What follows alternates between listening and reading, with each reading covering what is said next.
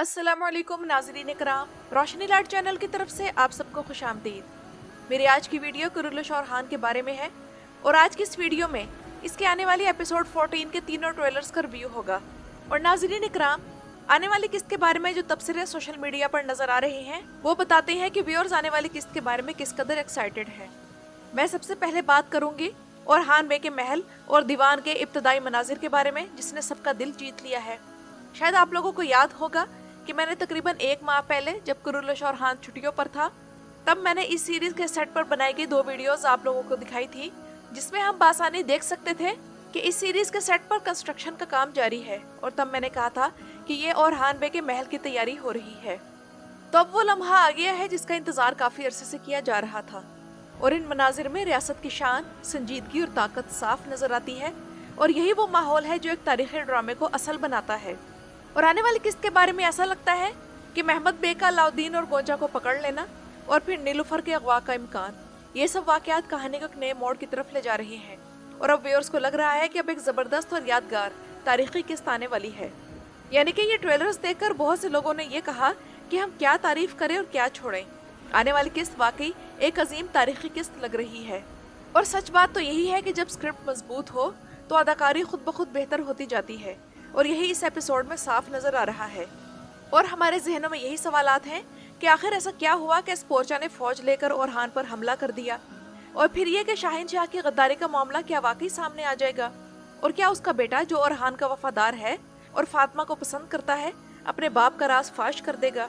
दुरसुन के बारे में मालूम हो चुका है कि उसकी हकीकत खुल चुकी है, तो उसकी हकीकत अब कहाँ तक जाएगी और क्या वाकई नीलुफर को अगवा कर लिया जाएगा। और सबसे बड़ा सवाल कि क्या ओरहान इज़निक पर मुकम्मल कब्जा कर लेगा।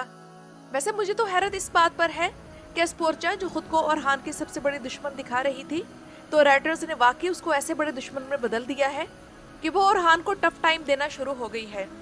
स्पोर्चा को शुरू ही से बाहिम्मत, जिद्दी और फैसला करने वाली लड़की दिखाया गया, लेकिन कुछ एपिसोड्स के बाद उसका किरदार थोड़ा बिखरा हुआ महसूस होने लगा। लेकिन अब फिर से ये एक मजबूत अंदाज में सामने आ रही है। स्पोर्चा की दुश्मनी के हवाले से मैं यही कहूंगी कि मुझे लगता है कि कहानी में आगे जाकर स्पोर्चा और ओरहान के दरमियान एक बड़ी लव स्टोरी आने वाली है, क्योंकि मेरा ख्याल ये है कि अगर इतनी शदीद दुश्मनी और टेंशन इन दोनों के दरमियान ना दिखाई जाती तो शायद ये मोहब्बत बाद में इतनी ताकतवर ना महसूस होती। यानी कि जितनी बड़ी दुश्मनी उतनी ही बड़ी लव स्टोरी। इसके अलावा इस पूरी सीरीज में पहली बार एक अलग तरह की कहानी लिखी जा रही है, यानी कि जिसे आजकल एनिमीज टू लवर्स कहा जाता है। इस हिसाब से ओरहान और स्पोर्चा की कहानी बाकी तमाम रिश्तों से मुख्तलिफ है और इसीलिए सबकी नजरें इस पर लगी हुई हैं।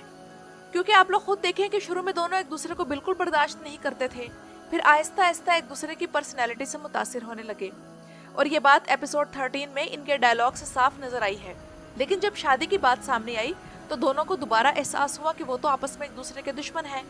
और फिर खास तौर पर स्पोर्चा के दिल में नफरत और भी बढ़ गई और अब हालात ऐसे लग रहे हैं कि ये शादी अपनी मर्जी से नहीं बल्कि मजबूरी में होगी। और फिर बाद में स्पोर्चा और हान की शख्सियत से मुतासिर होना शुरू हो जाएगी। और इस ड्रामे के हवाले से मजीद दुश्मनियों पर बात करें तो इस ड्रामे की सबसे बड़ी खूबी अब ये है कि इसमें दुश्मनियां खुलकर आहिस्ता आहिस्ता सामने आ रही हैं और हान बे के सामने कई मुश्किलात हैं। एक तरफ कुछ तुर्क सरदार उसकी रियासत को मानने के लिए तैयार नहीं क्योंकि कारासी अमारत अलग महाज पर है, और एक और तरफ इल्खानियों का भी दबाव है।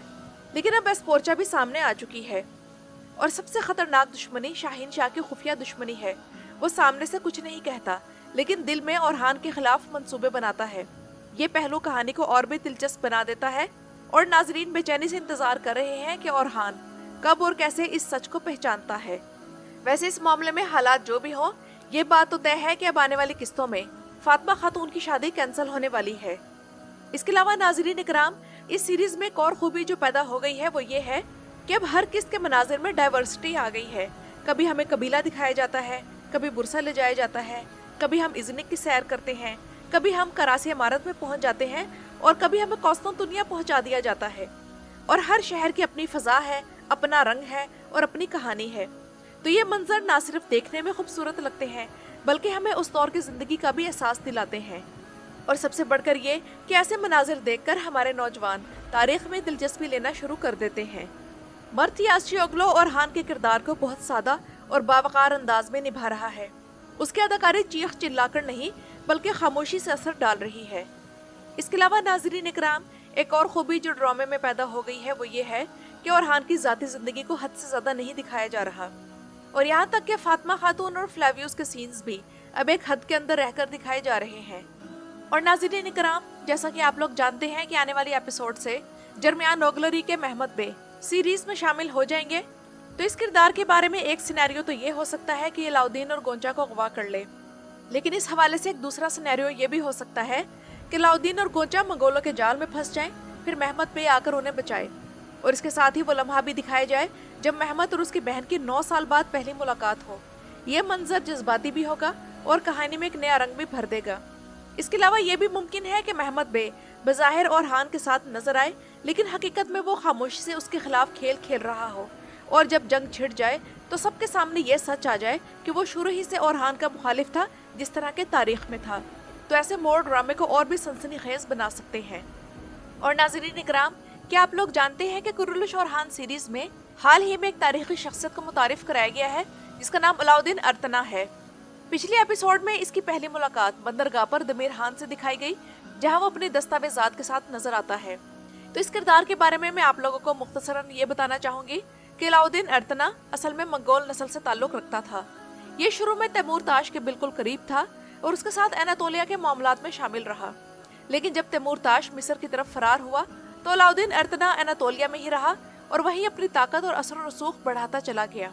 बाद में जब इल्खानी सल्तनत का ज़वाल आया और वो टूट फूट का शिकार हो गई, तो अलाउद्दीन अर्तना ने इस मौके को गनीमत समझा और अपनी आज़ादी का ऐलान कर दिया। उसने अनातोलिया के वस्ती इलाके में अपनी एक अलग रियासत कायम की, जिसे तारीख में अर्तनावियों की रियासत कहा जाता है। अलाउद्दीन अर्तना ने सबसे पहले सिवास शहर को अपना मरकज बनाया और बाद में कैसरिया को भी अपनी रियासत का दारुल हुकूमत बनाया। इस तरह उसने अनातोलिया में एक मजबूत सियासी और इंतजामी बुनियाद कायम करने की कोशिश की।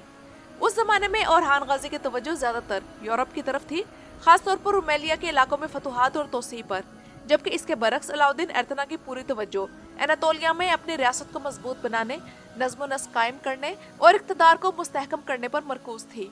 अलाउद्दीन अर्तना की 1352 ईस्वी में वफात हो गई और उसके बाद उसकी कायम की हुई रियासत आहिस्ता आहिस्ता कमजोर होने लगी और अंदरूनी झगड़ों, इक़्तिदार की लड़ाइयों और कमजोर हुक्मरानों की वजह से ये इमारत अपना असर खोने लगी। आखिरकार ये रियासत उस्मानी सल्तनत में शामिल हो गई और ये अमल सुल्तान बायज़ीद अव्वल के दौर में मुकम्मल हुआ। इस तरह अलाउद्दीन अर्तना की कायम करदा रियासत तारीख का हिस्सा बन गई और उस्मानी सल्तनत अनातोलिया में मजीद मजबूत हो गई। तो इस किरदार को सीरीज में शामिल करने का मकसद ये है कि कुरुलुश orhan में ये दिखाया जा रहा है कि उस दौर में सिर्फ उस्मानी ही ताकतवर नहीं थे, बल्कि अनातोलिया में कई और हुक्मरान और कई इमारतें मौजूद थी जो अपने अपने अंदाज में इक़्तिदार और बका की जद्दोजहद कर रही थी। इनमें जरमियान ओगलरी और करासी ओगलरी को तो शामिल कर दिया गया है, तो अब इनके साथ साथ अलाउद्दीन अर्तना की जद्दोजहद भी दिखाई जाएगी, जो कि उसकी अलग रियासत के लिए होगी। और नाज़रीन इकराम, तो व्यूअर्स का ये कहना है कि चूंकि अब इस सीरीज में रोमांटिक किरदारों और सीन्स की ज्यादा गुंजाइश नहीं रही, बल्कि फोकस orhan गाजी की फतुहात पर कर दिया गया है, तो फिर इस चीज की कोई तुक नहीं बनती कि फातिमा नूरगुल दली को इस राइटर्स की टीम में शामिल रखा जाए। और चूंकि ड्रामा बेहतर हो गया है, तो अगर इसे निकाल दिया जाए तो इससे ड्रामे की कहानी पर फर्क नहीं पड़ेगा। लेकिन नाज़रीन इकराम, मैं यहाँ यही कहूँगी कि बेहतर है कि फातिमा नूरगुल दली को नजरअंदाज कर दिया जाए। और चूंकि वो एक औरत है, इसलिए वो सियासी साजिशें, जंगी हिकमत अमली या ज़हीन मंसूबे नहीं लिख सकती, बल्कि उसकी ज्यादातर तवज्जो मोहब्बत और जज्बाती ड्रामे पर होती है। तो फातिमा अगर इस सीरीज के हीरो और दूसरे मर्द किरदारों के अहम मनाजिर में मुदाखलत ना करे और पूरी किस्त का कुछ हिस्सा सिर्फ अपने फेवरेट किरदार को दे दे, तो फिर ये इस राइटर्स की टीम में अगर शामिल रह ले तब भी कोई हर्ज नहीं।